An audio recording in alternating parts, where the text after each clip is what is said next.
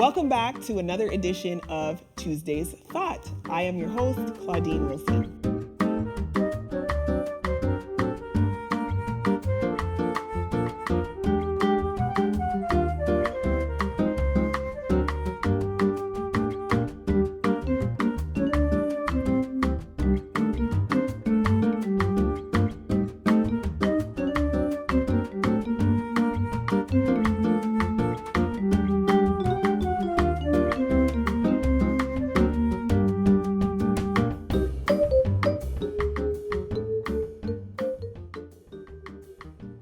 Tonight's thought will be on the subject of the weight exchange. But before we jump in, please take a minute to like and share and maybe even tag somebody with this post. Nobody likes carrying extra weight, and whether that's the weight of a heavy object or just extra body weight, most people will look for ways to avoid having to carry that extra weight. One of the heaviest types of weight that we can carry is emotional weight, right? That's that kind of weight that we can't always see to the naked eye, and it's really held in obscure places. But the ultimate heaviest weight we can carry is the weight of sin. Now, everybody carries a weight. Everyone has a struggle. Everyone faces an issue, has some kind of a difficulty, an intrusion, an invasion into their space of a thing or even things that they really would give anything to get rid of. But sometimes it's not even those things that will keep you up at night for days in a row, or the things that the types of things that will keep you from eating, or things that would even hinder you from getting a prayer through. It's not that deep. Sometimes it's that thing that's more like a quiet roommate. The one who lives in the house but is really silent and unimposing for the most part, and really only makes itself known every now and again. It's that thing that pops back into your mind here and there. And even though it allows you to function and to enjoy your interactions throughout the day, ever so often it creeps back into your thought process, and you're reminded, hi, hello, I'm still here. Now, if we're honest and we look deeply enough, we will know exactly what that thing is. It's different for everyone, but ultimately, it is a thing for which, if we were to really acknowledge it openly, it would make us uncomfortable to discuss. It would likely even make us ashamed. It's the thing that we're not really proud of, because it, in essence, at its core, flies in the face of who we profess to be, right? Who we profess to be as good citizens of our communities. And for those of us in the kingdom, it flies in the face of who we profess to be as kingdom citizens. And sometimes it makes you wonder to yourself why this thing just won't go away. As hard as you try to work your way out of it, even to the point of begging God, Lord, just help me get rid of it, yet it remains. And so for today's thought, it's those things that we are going to call weights. And I submit to you that no one is really immune. And so you might ask the question, what can you do about it? How do you deal with it? You're at your wit's end, you're on the edge, the scales are tipping and not in your favor. So what is the solution to this weight that I may be carrying? As I said before, no one is really immune. And I recognize that no one is immune because of many examples that we can see in the scripture. And I'm about to anchor this thought in one of the most powerful biblical examples of where the writer is 100% just literally keeping it super real. Let's go for a moment to 2 Corinthians chapter 12 and the 7th verse. We'll read verses 7. We'll take a look at verses 7 through 10 on a deeper level. Now, in this text, the great apostle Paul is sharing with us a deeply personal truth. He's sharing his struggle with the weight. And in the text, the word that's used there is thorn. Thorn is the word that's used. But before he gets there in the chapters ahead, he spoke about his boasting, and that if anything, he would boast in his weaknesses. And he spoke about his struggles and the things that he suffered at various times and in various ways. Then he shifts in chapter 12, and he reluctantly tells us about his astounding experiences with the visions and revelations that he received from the Lord. In verse 7, however, of chapter 12, he has to make a confession. And here's what he says. And lest I should be exalted above measure, through the abundance of the revelations, there was given to me a thorn in the flesh, the messenger of Satan to buffet me. In verse 8, he says, for this thing I besought the Lord thrice, that it might depart from me. 3 times I begged the Lord to take it away, is what one translation says. Verse 9 says, and he said to me, this is God in his response, my grace is sufficient for thee, for my strength is made perfect in weakness.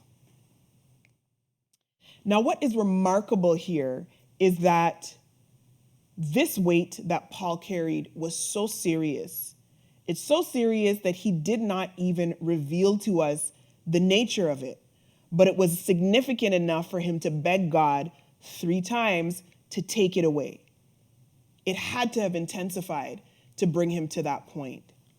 But God said back to him, my grace is sufficient for thee, for my strength is made perfect in weakness.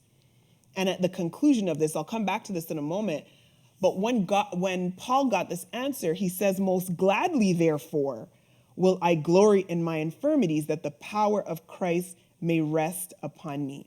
And so we see here, in essence, the weight was working in his favor. Paul got a revelation. Once he heard the Lord speak and respond to him after he had begged him 3 times, the revelation he got was that the weight was purposeful. It was purposed to keep him humble. A man who had experienced such great mighty things as far as receiving revelations that he couldn't even talk about. They were so supernatural, so out of this world. He couldn't even speak about them. And yet he struggled with this weight. And he understood, after hearing from the Lord, that the weight was for his benefit. And part of the benefit was to keep him humble. Now, as a child in school, I remember during gym class being introduced to something called a medicine ball.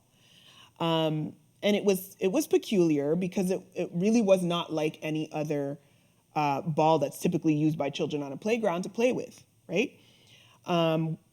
Most of the time, most of the ones that would be used by children are lightweight, right? And they're either thrown or bounced or, hit as a part of some kind of game. They're lightweight though, primarily because of what is contained within them. And what's contained within them is air. Now, what makes the medicine ball so different from all the others is that it is the complete opposite. It's not filled with air. In fact, it's filled with weight. And in doing some reading, history says that the medicine ball was first seen actually thousands of years ago in its primitive format. And then it was later credited to its use by the famous ancient Greek physician, Hippocrates. And it was used for therapeutic and rehabilitative purposes, right? It was used in medicine, hence the term medicine ball. If you go to certain gyms or fitness facilities now, you'll still see the medicine ball. And athletes, for the most part, or people who are training, for example, They'll use them typically to improve their core strength, right? So especially the chest, arms, legs, and so on. It's used to build strength. Now again, what makes the medicine ball unique and distinct from the others is that it carries weight. It's cumbersome, it's heavy, but it's necessary weight because it's the weight that produces the benefit from the ball. The whole purpose for its use by an athlete, by somebody who's training, is because of the weight it carries and what it in turn does for the muscles that are being exercised and for the core strength that is trying to be built. Now, of course, going back to the scripture, the Apostle Paul's weight was obviously much more significant than that of a medicine ball. It had to be so significant that it could possibly hinder his credibility or even his ministry. He went to God about it, the Bible tells us, in his religiosity and said, "Look, God, get this thing off of me." 3 times he asked to get rid of it. But God said, no, you need to stay right there with it. You need to stay in that weight. And that tells us that the weight we sometimes carry is meant to stick with us for a reason. Now, the season that we're required to maintain this weight is for as long as it takes to get us to our weakest point. And how do I know that? I know that because of the response that the Lord gave to him. Once we are at our weakest point, then we activate the grace that is sufficient. So that's the benefit. In the same way, there's a benefit that came from the medicine ball that's using it in the right way. The benefit we get from the weight is that God's grace activates for us at our breaking point. When we get to our weakest point, it is there that God's grace is activated, even though we may want it gone. You think that you can't endure it any longer. You think that you've literally reached the end of your rope. There's nothing more that you can do. You have to get rid of it. We want it gone. But God would rather we benefit from his sufficient grace. And so at that point where we feel that we cannot go any further, at that point where we've literally reached the breaking, is where we can have a weight exchange. We can do this as Paul did. And we can begin to then glory in the struggle once we recognize that God is saying, here, you've reached your weakest point, and now my grace can activate. My grace is sufficient to keep you. And so as Paul, we can then start to shift our perspective and begin to glory in our infirmity, in our struggle. But here's the key. You have to be willing to lean into God at that time. Too often, when we are right on the edge, we're right at the edge of our breaking point, and somebody may even be there in this moment. Too often, we want to go in the other direction. We want to throw in the towel. We want to quit. But do not jump ship. Don't go overboard. This lesson, this thought is coming to us to remind us that God can take the weight. He can take the burden and make it light for us. So when we feel like the weight is intensifying, it really is okay to push, lean into him. That there's an acronym that we often rely on: push, pray until something happens. It's okay to pray. We see the example from Paul. He prayed, and likely didn't just pray the 3 times. He likely prayed often, but on 3 times he says that he asked God to actually take it away. So it's okay for us to push in, to pray. We can and should pray. But just like we see the Apostle Paul going in 3 times, sometimes what we do is we'll pray once, and having heard nothing, we're ready to say, okay, God, this is it. I'm done. It's over. Sometimes we have to be willing to push a little further, lean in a little further, and wait until we can hear what God is saying to us.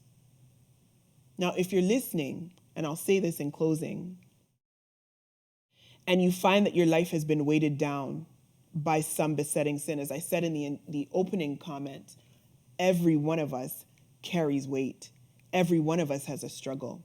And sometimes, for some, the heaviest of these is the weight of sin. And so if you're listening and you find that yourself struggling with a besetting, with a chronic, with a consistent, persistent sin, you've been carrying the weight, perhaps even in secret. It's not something that you can even utter. You can't acknowledge it openly.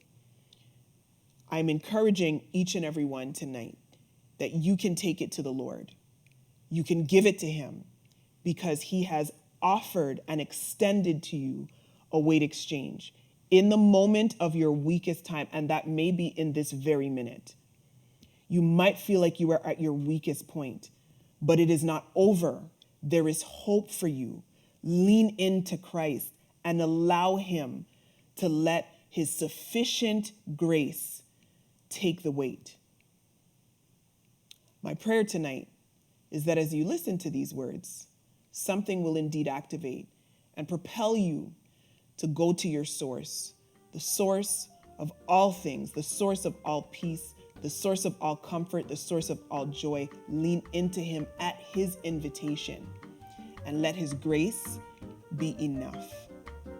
Thank you so much for tuning in tonight. And as always, my prayer for you is that the peace of God be with you.